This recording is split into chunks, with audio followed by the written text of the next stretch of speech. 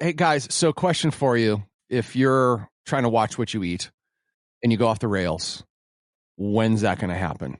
Have you noticed any patterns? Thunder, like for you, is it like late at night? Is it early in the morning? Is it after a stressful day? Like when's it going to happen to you? I think for me, it tends to happen like more at night if it is going to happen. You know, like maybe I had a really active day. Maybe I ate dinner a little earlier than normal. And yeah, I kind of get that. Like it's like 8:00 at night. I'm like, oh man, I'm kind of hungry. I think I want to eat something again. Right. And that's when let me rephrase this. When do the poor decisions happen? Is that when the poor decisions happen? Yeah. And then of course, at that time you're like, well, you're not going to like prepare like an outright meal. So you're kind of like looking like what to snack, what to scavenge, what's around. And yeah, you may not always make the best decision. Right. Especially if not the best things are around, which can happen easily. Mitch, when does it go off the rails for you? It is like a Thursday afternoon when I become like this feral, like I maybe have missed going to the grocery store that week, and maybe some other things have come up and blah, blah, blah. And then I end up making some poor decisions while I scavenge for stuff. Is there another reason that it's Thursday night? Because maybe you were like under eating the rest of the week and Thursday hits and like it all just kind of adds up there? Or is it just really okay? That's probably what it is. I'm with Thunder. It tends to happen at night. I think another aspect of it for me is my willpower is a little less at night. Like during the day, I can keep myself occupied with work or whatever if I'm a little hungry. But at night, it's just me and those hunger pangs and a desire to do bad things. Yeah. All right. Well, it's probably a familiar story, new week, new plan to lose those stubborn pounds. It goes pretty well for the first few days, but then maybe like Mitch, Thursday night, the plan turns to pizza. Or a half a carton of ice cream. I think it's something all of us guys have experienced at least once in our lives. But Mitch has told us it's been a lifelong struggle. And recently, a nutritionist told him that his biggest issue might not be strictly calories or eating the healthier things. Like there's not an aversion to those. Right. It's just hunger. Mm-hmm. And then that hunger causes him to wreck the progress. So if hunger is wrecking the progress, is there something we can do so the plan actually survives throughout the week? That's what we're going to hit today on Who Cares About Men's Health. Information, inspiration, and a different interpretation of men's health. I'm Scott. I bring the BS, the MD, but not today, the PhD. He's still a doctor to my BS, is Thunder Jalili. He's a professor in the Department of Nutrition and Integrated Physiology at University of Utah Health. Thunder, thanks for being on the show and guiding us through this. Yeah, you're welcome. I'm happy to be here and talk about this subject. And Mitch, producer Mitch, he's a new man. A couple of years ago, he started this podcast. It was a job, and now it's actually something he's trying to do. He's trying to pursue better health. So Mitch, fill us in with what your struggle has been for what you've told me has been most of your life. So I've always kind of struggled with my weight. And, it's not just necessarily vanity pounds. I've been in the overweight to obese BMI since my 20s. And I know I'm a bit taller. I'm a 6'1", but I've been in the like 220, 230. I think I topped out at 250 pounds. So in that like not so healthy range. And I've tried so many different times in so many different ways. Some, I followed the crazy Reddit diets and lost a lot of weight, but didn't sustain it. I tried doing some other healthy things, etc. But even today, like even with all of this, great information Thunder's given us and the stuff we've done with like all nutrition on this show and being this convert, I'm still hungry, like I'm still, I'm getting better, healthier advice, but I am still having trouble sticking to that plan for a long time, right? Now, something that actually is something that can last for a while. And, I got a wedding on the horizon and my last bit of my numbers with I'm back to being pre-diabetic, even after like dropping it all down. And it's just like, I'm not, it's like, what is like stopping me from getting to that next point? So it sounds like you've kind of diagnosed this. Like you probably have gone through different stages, I'm guessing, thinking, it's my willpower. Oh, yes. It's who I am. Oh, I don't eat well enough. Right. And now the troubleshooting has brought you to this idea that maybe it's this hunger feeling that hits you that then causes you to make the decisions that sabotage your progress. Yeah, I even actually went to a nutritionist. I scheduled an appointment and everything. I sat down. When did you go talk to Thunder? I didn't. He wasn't on the easy to schedule. Yeah, I should talk to Thunder. Well, that's why Thunder's here today, I think. All right. Yeah. Continue with that. But so I went and I was like, okay, I need to bring in some outside perspective because I'm just failing here. And so I went and spoke with the guy, really smart, really knowledgeable. And we ended up he took a whole hour or so with me. He did an interview. He looked at a month-long food log that I had put together, et cetera. And the answer was basically you're eating healthy stuff. You're eating good things. You're staying in the right calorie deficit that we need to get you to that healthy range before we can switch back to kind of management. But it sounds like you just get hungry. And that through the day you're snacking, you'll go a couple of days and it's just really, you ache, you whatever. And then, I make those bad decisions. I will wake up at 3 a.m. some days where the hunger pains will wake me up in the middle of the night. And I look at my calorie deficit. I look at everything that I've eaten. It's salads, it's healthy veg and chicken breast with dinner. It's, good stuff and a lot of it. And I'm still just starving. Right. and so he gave me some advice that I'd never heard before about how to manage hunger. And that's why Thunder's here. You're looking for a second opinion. You don't trust this guy. A little different. For validation. Yeah. Hey, so Thunder, based on what Mitch just said, is that kind of a typical meeting you might have with a nutritionist, kind of the process that they went through? That sounds good to me. Yeah. I mean, I think he did the right approach to talk to somebody. And I think the question of hunger is legit. There's definitely eating patterns that can, blunt some of the hunger and control it a little bit. And there's, eating patterns that may not do that. So I definitely think it's a good subject worth talking about. Yeah. I have to admit, Thunder and Mitch, that when you said that you wake up at 3 a.m.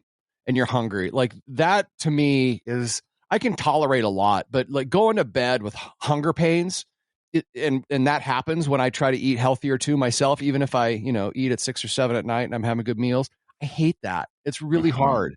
Yeah. So I really resonated with me. So Thunder, let's keep going here. Yeah. I was just going to comment on, in general, the idea of trying to adjust your eating with, not just thinking about nutrition and healthy foods, but also how to adjust it to control hunger, to kind of work on some of the physiology that regulates hunger. I think that's a really worthy topic to discuss. So, all right. I guess, what is hunger then? Well, hunger is it's the saboteur. I know it's this thing that's aching in my belly, but yeah, I know there's something more to there's it. There's kind of two things, right? There's hunger and there's appetite. And sometimes we get the two confused. Hunger is a physiological urge that you need to eat, you need calories. And appetite is a craving for food. Could be a craving for a specific food. It could be a craving for, a type of meal, things like that. But there is a difference. One's a physiological drive, and the other is more like a mental issue. I am craving or I desire this. That's appetite. So I guess the first thing is to be clear: are you feeling hunger? Or are you, responding to appetite or a craving? Oh, I'm not quite sure how I would express it. So is it are you asking if it's a physical feeling that I'm having, a emptiness, or is it something I need something in my mouth that tastes like this? Yes. Is that what you're saying? Need something in my mouth that tastes like this is appetite. So if you're really hungry and, I only have a couple of subpar choices for you, you'd be like, I don't care. I'll take it, Right. But if you have an appetite for something I really feel Chinese food, or, Sure. I really feel like I want a hamburger, that's appetite. Sure. So you come to me and you're like, man, I'm just starving. I have to eat something. And I'm like, Mitch, man, all I have is this cup of ramen instant noodles. Sure. Take it or leave it. And you're like, oh, I'll gladly take it. Yeah. That would mean hunger. Yeah. And if you're like, I guess I'm not hungry. Yeah. Sure. Yeah. Okay. Yeah. Well, and at 3 a.m., it is hunger. It is this, okay. I cannot get back to sleep. I feel like I'm getting lightheaded. I feel like I'm something.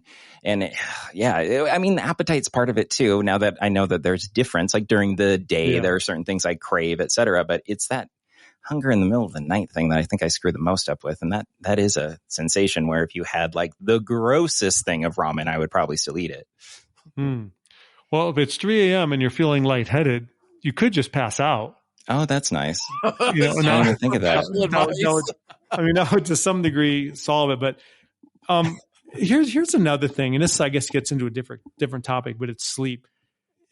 Sometimes we get into like sleep habits and we wake up at a certain time every night, kind of regardless, and it's maybe for one reason or another. So not directly in line with this topic, but I wonder if that's also part of what's going on with you, is like the disrupted sleep for the middle of the night stuff. And then it's associated with hunger, but now it's like kind of habitual. Interesting. Yeah. I'm totally open to exploring that too. I guess that's an aside, but getting back to the hunger thing. Yeah. So if you're not picky and you have the hunger pangs and like anything will do it, that is hunger. That's not appetite. And that's your body telling you need more calories. That's your body telling you, yeah, you need to eat. And usually that's associated with the physiological need. I say usually, not always, because some of it could also be psychological. Right. Like even if he's hitting his calories and his nutrition, the nutrients that he needs, if you still have hunger, how do you respond to that? Do you, especially if you're trying to lose weight and you're trying to be in a calorie deficit, you just go, all right, well, I guess I got to power through this? Or is that your body telling you, no, you need nutrition right now? Well, I think maybe you turn to some of these alternative strategies during the day. Oh, sure. Within what you're eating, maybe, timing the meals differently, making sure you have certain food components in those meals that are known to like slow gastric emptying or augment GLP-1 release, things like that. Those are some of the strategies, that you should look at and we can discuss. All right. That's a good segue into what my guy called levers. He's like, when it comes to hunger, there are certain levers that we can pull. And the first one that he kind of introduced me to, the first lever to manage hunger, was protein amount and distribution, how much you get through the day, how it's broken up between meals, etc. And so the advice I was given was that, yes, there are baseline functional requirements for protein. And we've talked about that a lot on this show because it seems like that's the number one thing we got to eat as guys is protein, right? Yeah. But he was saying that maybe an increase in protein uptake with each meal through the day can help me feel more full and help kind of keep those hunger needs and wants like a little more under control throughout the day. So yeah, what about that? Like maybe higher protein, not for muscle mass, but just to get your stomach feeling a little full. Yeah, that's definitely good advice. So there's actually several things besides protein you could add in there. So when we eat protein, it does a couple things. Protein can actually like augment GLP-1 release, right? And that's like the satiety hormone. Like when you eat, you release GLP-1, and that comes from your gut, and it basically tells your brain, "Hey, I'm getting full." Protein can augment that release. Protein also slows gastric emptying, which is kind of a fancy way of saying it slows the speed at which your stomach empties. So if you have like a certain amount of protein, your stomach will empty slower, then you'll obviously feel full for a longer amount of time. There's other things that do that too. Fat is another one. So like having fat in your diet, having fiber in your meal, that also slows gastric emptying. So those can be pretty good like dietary levers, as you say, to use to try to like be full, have that satiety for a longer period of time. And I guess because you had mentioned fat, and he did bring that up too. And he was saying that, there are some types of fats that last longer. Like certain types of, dairy fats might last longer than certain types of oil fats, et cetera, in the whole system of anything. Do you know anything about that? Yeah, I mean, some of that probably depends like on the food matrix, that it's in. Oh, sure. To like put it simply and put some like numbers and context to it. Like I think if you have a meal that has say 25 to 35 grams of protein in it, and you have fiber in that meal, like 10 grams of fiber, and you have 30 grams of fat in that meal, those are all things that will help you feel full for longer. I'm thinking of an avocado. Like an avocado obviously has a lot of fat, also has a lot of fiber. Avocados are pretty filling. So let's say you are having like a salad or some sort of like vegetable, like mixed greens, whatever, and you have an avocado in that. there's a great tool that you just added extra fiber and a lot of fat to that salad that maybe wouldn't have that much fat normally, but that'll help you feel full for a longer amount of time. Oh, I gotcha. Okay. And so, I mean, and if that's, the amount throughout the day, like you were saying like 30 grams or so, like with each meal and stuff, does the spreading out of the protein over the day, like help, I guess, with that? Like, I'm not like, I don't know, chugging a couple protein shakes in the morning or something to try to get my numbers up. Is there something about through the day that's also what we're looking for? Yeah, absolutely. And for many reasons, we want to spread our protein out during the day. We don't want to have it just in one meal. Like, let's say you're aiming for, 80 grams of protein in a day and you plan on eating 3 times in a day. Well, I'd make sure you're getting, 20 to 30 grams per meal. So you're hitting that 80 total. You don't want to do the protein shake in the morning with 80 and say, I've done it. Because Sure. The other thing about protein is that when you eat it, it also stimulates anabolic events and muscle protein synthesis and things like that. And to have multiple hits of that in a day as opposed to just one is actually a little better from like an exercise, muscle building standpoint as well. I think it's interesting that Thunder, and I don't know if we were going to get to fat later in the episode, but Thunder brought it up now, so I want to hit this. Yeah, go for it. Yeah. Like this idea of, if you're going to have a salad, right? That's kind of the quintessential. You're trying to lose weight. You want to fill the stomach. You have a salad, right? But but when we're thinking about losing weight, a lot of times the first thing we do as humans and society, they tell us don't eat the fat, right? So that 20 grams of fat is something you're trying to get rid of in your diet, as opposed to something that you're adding. Yeah, and that's a mistake because fat slows gastric emptying and it, makes you feel full. So you really should be adding the fat in there. So I would say have that salad, have some avocado in it, or some, olive oil on there to bump up the fat, throw some pumpkin seeds in there, whatever, some nuts, have some protein with it. You've kind of hit all the stuff to make you feel full. Right. And the other thing I think that people don't realize, and I think goes out the window when we're trying to reduce calories, is the fiber count. Because we're supposed to get 30 grams of fiber a day, I think. Is that it for men, or is it 40?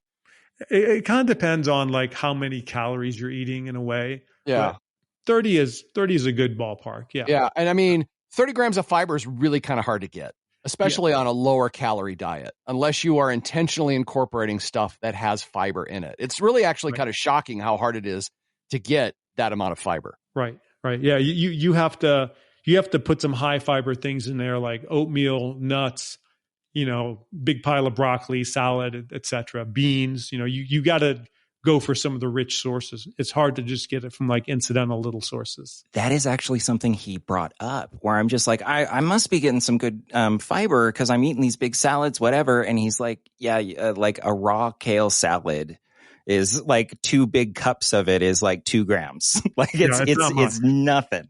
Right. And so it was this kind of interest. And then it's like, and there's no fat in it, whatever. And it's just, that's kind of an interesting idea too. Mitch, can you eat nuts? Yeah. So there's a great source of fiber and fat, and it goes well with salads. So if you are like, having salads as part of your diet, spice up those salads, throw some nuts in there, throw some seeds in there, things like that. That will help and with the other fat sources we're talking about, like put some cheese in there, sure. Protein and fat. Okay.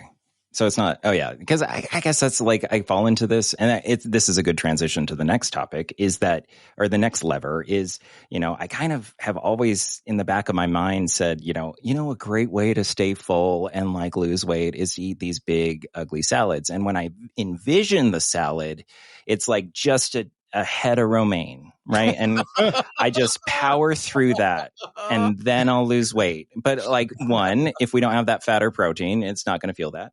But the other lever that it was introduced to me was this idea of energy density and fiber. And that's when we're playing with that like stretching of the stomach, right? What can we do to fill the stomach with lower calorie foods that hit that second part of the appetite and hunger system? Yeah. And, this is, I think, what we're doing when we have these augmented salads. I wouldn't worry too much about the low calorie thing. I would go ahead and have that kind of augmented salad, not worry necessarily about the calorie content. because it's still probably going to be pretty reasonable compared to like a typical, alternative meal. Right. Or it's going to be reasonable compared to if you have a slip up at 3:00 in the morning. Sure. Yeah. 100%. Yeah. Yeah. So I would not worry about throwing an avocado in my salad. I would not worry about throwing a couple hundred calories of nuts in there. I mean, who cares? Nuts are even hard to digest. You're probably not getting all the calories from the nuts that's on the nutrition label anyway. Oh, interesting. Yeah. So I think that sort of thing will serve you much better because where calories is probably more important if you're mostly eating like processed or like simpler carbohydrates that are easy to digest, because those are all pretty usable calories. They're going to give a pretty, vigorous insulin response. You'll digest them pretty quickly. You'll be hungry, shortly thereafter. They don't really slow gastric emptying, things like that. So in that case, I'd be more calorie concerned. But if I'm eating like vegetables and the things we're talking about, I don't really care so much about calories, especially if like the processed carbohydrate content of those meals is low. That's interesting, because I was shocked when I went and spoke with this nutritionist, because I'm like, it's a weight loss consultation, I think is how they coded it or whatever. Not a single talk about calories. And I was just like, what?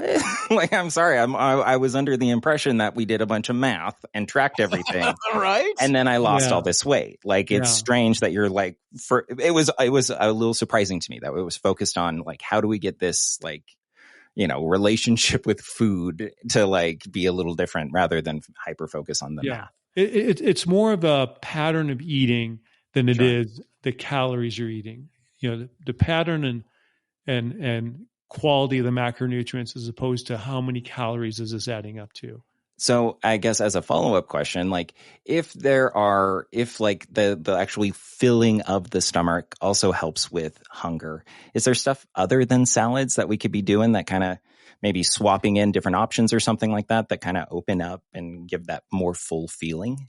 Yeah. I mean, literally anything with animal or plant protein and anything with fat, like I'm just going to make up a meal here. Okay.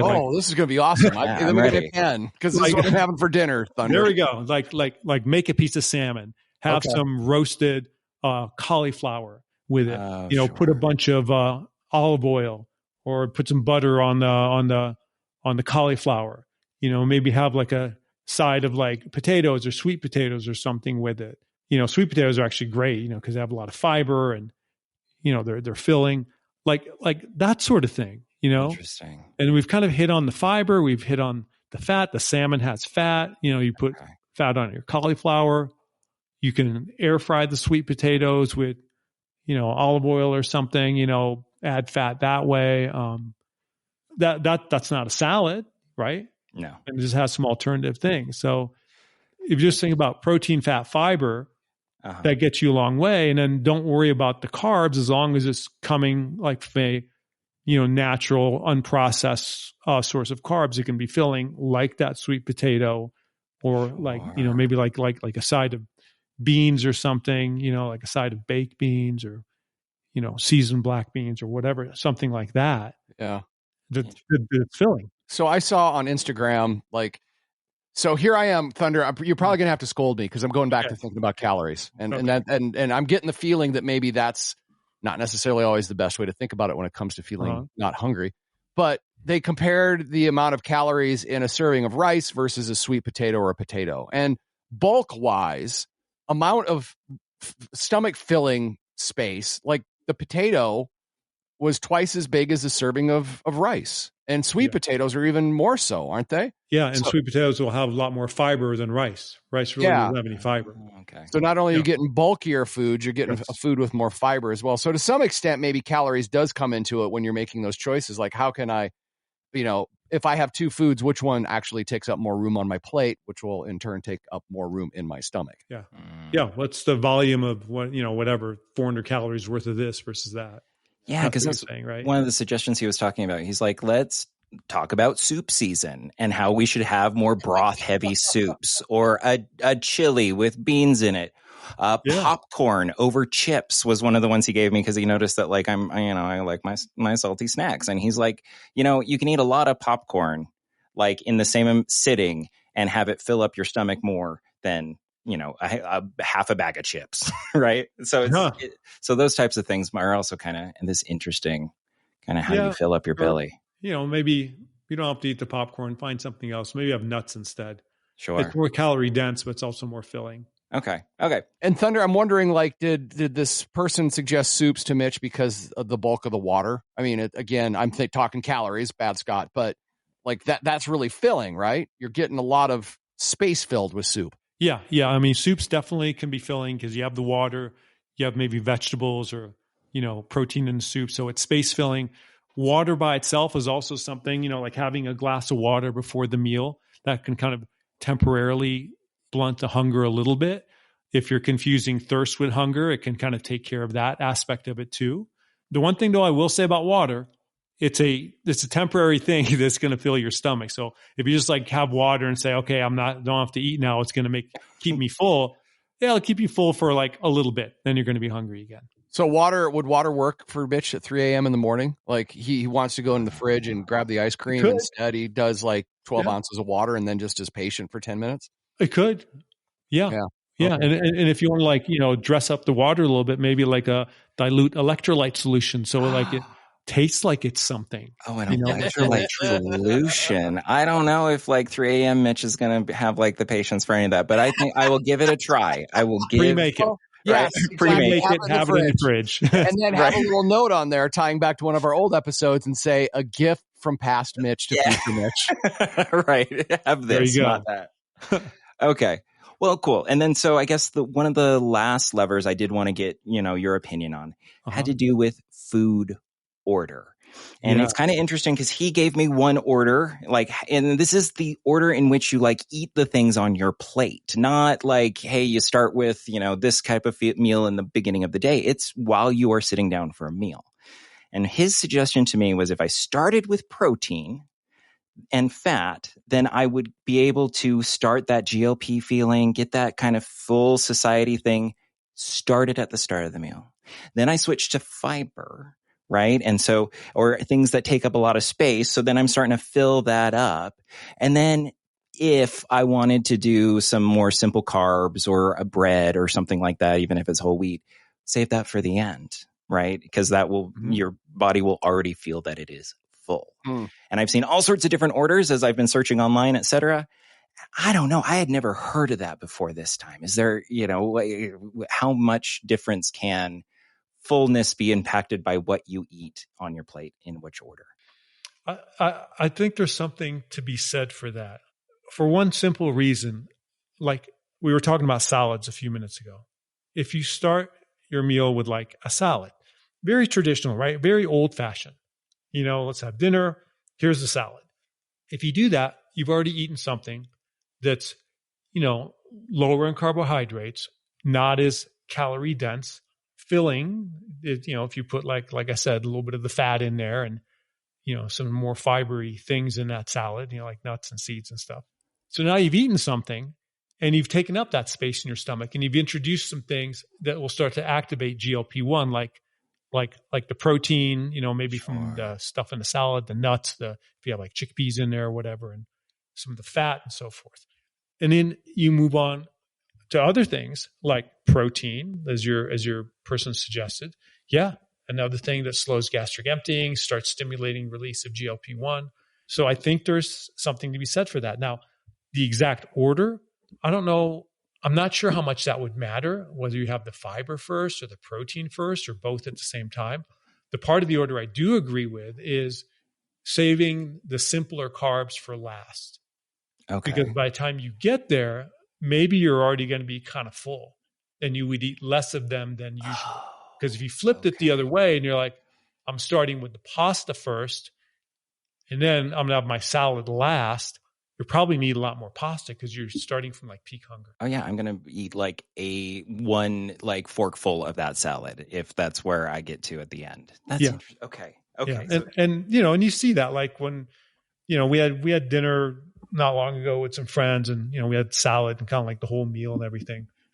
And, half the people saved their salad for after the hot food and half the people, ate the salad first. I ate the salad first. And, the people who ate the salad first ate the whole salad. I noticed the people that Sure. saved it for last only ate half of it. Huh. Interesting. So, Mitch, after this conversation, like, how are you matching up to doing these things that we've talked about today and that you talked about with the nutritionists that you visited before? Like, do you see legit paths forward that might prevent you from 8 o'clock at night or waking up at 3 o'clock in the morning starving? Like, how is that last meal of the day when it comes to protein, fiber, and fat, or bulk, or whatever? It's usually pretty good. Jonathan usually is one of the primary cookers in the house, but it's got beans. Since our beans episode, we got like a big serving of beans. We usually have either a chicken breast, chicken thigh, or salmon, cooked in a bunch of different ways. And then, a veg, whatever's like either from the garden or from even some frozen stuff if we need to. And that's kind of our go-to easy weeknight meal is just protein, beans, a vegetable. Right. I mean, are you feeling like a solution here though? I mean, it sounds like you're kind of doing that, aren't you? So Thunder, where do we go from here, Thunder? The meal that you just described, Mitch, is missing some fat. Okay. Oh, yeah. Okay. Describe your veg. What kind of veggies do you guys like typically have? Like there is like, it'll be, let's say like the other night there was like, it was a medley of like peas and carrots and corn. And it was kind of cooked a little bit in a frying pan with like the tiniest spritz of olive oil. Is that true? The tiniest spritz, huh? We actually have a little device that measures how much spray comes out of the thing. Yes. And it's a tiny spritz. It's like a teaspoon, I think, per spray. Mitch, I would cook that. I cook that exact same thing. Yeah. Corn, peas, carrots.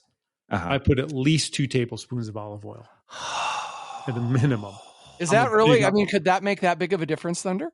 Yeah, compared to a spritz. Yeah, I mean, what are we doing? What's this spritz, Mitch? What are you doing what's here? Spritz? No, I mean, it makes a difference when I make my salmon or when I make my chicken. Like salmon is an easy one. I always cook salmon with olive oil. I always dress it with olive oil or garlic butter. When it's done, I add some fat to it. Sometimes I'll make vegetables like broccoli or cauliflower, like kind of stir fry it, and I'll season it with Parmesan cheese, or I'll season it with like grated Manchego cheese or something different, adding some protein and fat to it. Try it. Okay. All right. Okay. Yeah. Don't be afraid of the avocado, the olive oil, stuff like that. Don't be afraid of the fat. It comes back to this idea when we're trying to lose weight, we get rid of fat, and that could be absolutely the wrong decision. And you actually said that earlier, Thunder. You said I may have. And the other thing, when it comes to fat, you start thinking about kind of that traditional meal, right? I grew up on a ranch, and the fat wasn't olive oil, but when we had peas or beans or broccoli, there was a cheese sauce on it, or it was made in heavy cream, which sure, there's your fat right there. Yeah, exactly. Yeah. And you don't have to resort to like heavy cream, but you have options, right? Well, I think we've found something. I think between like needing maybe some water, an electrolyte solution at the end of like pre-made before I go to bed, and maybe cooking, being a little less stingy with some of the fats and different odds and ends when I'm actually prepping the food, because it'll also taste better. So be a little reckless with it. Yeah. Okay. I'm going to spritz that thing twice is what I'm going to do. I think Thunder wants more than a spritz. I'm going to spritz it 3 times. 3 times this week. But that's, thank you. I really appreciate that kind of perspective, because that was some of the takeaways, is that like, I got a lot of information in front of me about how to control hunger. And like, I think between Scott's suggestions and your expertise, Thunder, I got a couple of options I can try out the next couple of weeks, and maybe I'll, touch back and see how that's going. See if I'm still waking up starving in the middle of the night. All right. Awesome. Yeah. Hey, Thunder, did you have any takeaways today after this conversation? Because, sometimes conversations, even for the expert, can generate a takeaway. Yeah. One takeaway. If I'm doing the electrolyte solution in the middle of the night, I got to make sure it doesn't have sugar in it. Oh. Yeah. Sure. Okay. Yep. Absolutely. Not like a Tang. No. Okay. Not like a Mountain Dew with salt in it. Okay. Make Tang? I don't know, man. Wow. All right. I loved a lot of things about this conversation. I loved this idea of how the advice that you're getting about not feeling hungry so you don't make poor decisions, which then that's what really can sabotage your eating plan, revolves around putting some of these things back in that we think inherently are not good for us. Like we reduce the fat. We think we're eating more fiber than we really are when we're eating that salad, but are we? I mean, you got to educate yourself a little bit, because I know from personal experience in monitoring, it's hard to get that 30 grams, especially if you're concentrating on being a calorie deficit like you might be right now. Yeah. But at the very beginning of the conversation, I think this idea of hunger versus appetite is huge, and maybe asking yourself in the moment, is this hunger or is this appetite? And if it's hunger, you can go back and go, did I have my protein? Did I have my fiber? Did I have my fat? Am I being honest about that? If the answer to all those things is yes, and you've had your calories, then you're dealing with appetite. You're dealing with a craving that you might have. And that might mean you have to do some other things to solve your problem. Yeah. All right, cool. Mitch, we feeling good? Yeah, I'm feeling good. I got some things to try out. I'll let you guys know how it goes. All right, we're going to look for that update. And guys, if you're listening and you've been struggling with this, maybe you found the solution. And if you have found the solution, what worked for you, we would love to hear about that. You can email us hello@thescoperadio.com. hello@thescoperadio.com. If you have a takeaway, any advice for Mitch on what he can do to make sure he's not sabotaging himself at 9 o'clock or 3 o'clock or whenever, that would be great. And thanks for listening, and thanks for caring about men's health.